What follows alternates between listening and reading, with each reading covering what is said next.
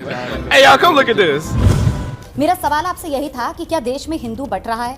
अगर शंकराचार्य ये कह रहे हैं कि जो हो रहा है वो विधि विधान से शास्त्र अनुसार नहीं हो रहा, ये शंकराचार्य कह रहे हैं, तो क्या एक आम हिंदू के मन में भ्रम नहीं आएगा?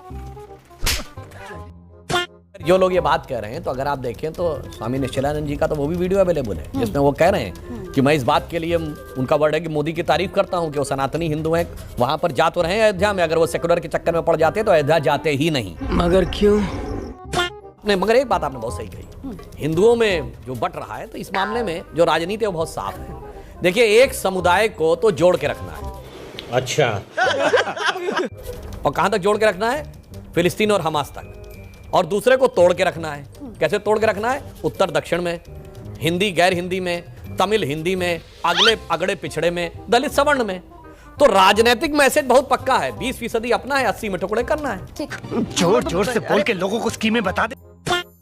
तो भाटी जी, मतलब शंकराचार्यों का आधार बनाकर उनके कंधे का इस्तेमाल किया जा रहा है राजनीति चमकाने के लिए, क्योंकि इससे पहले तो शंकराचार्यों का इतना सम्मान नहीं होता था जितना आप जो विपक्षी दल हैं वो करते हुए सुनाई पड़ रहे हैं। नहीं, अबे शक्ल तेरी बवासीर जैसी बातें तो अच्छी किया कर।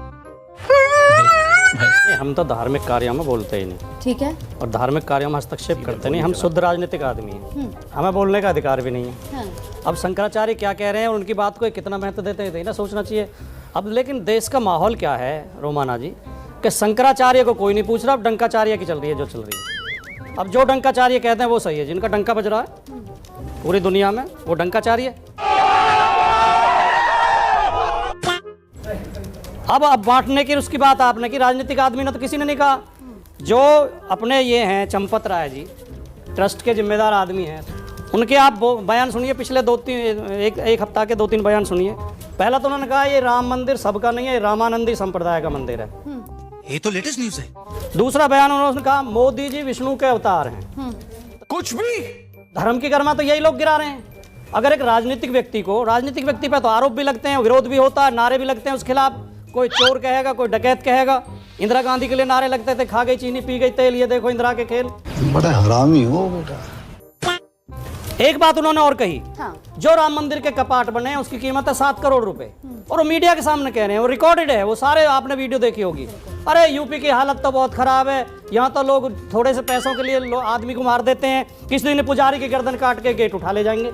गजब बेइज्जती है। ये तो चंपत राय जी कह रहे हैं, जो आपके आदमी है और जो ट्रस्ट के आदमी है। यूपी की हालत इतनी खराब है, किसी दिन चोर आएंगे, पुजारी की गर्दन काट के कपाट उठा ले जाएंगे।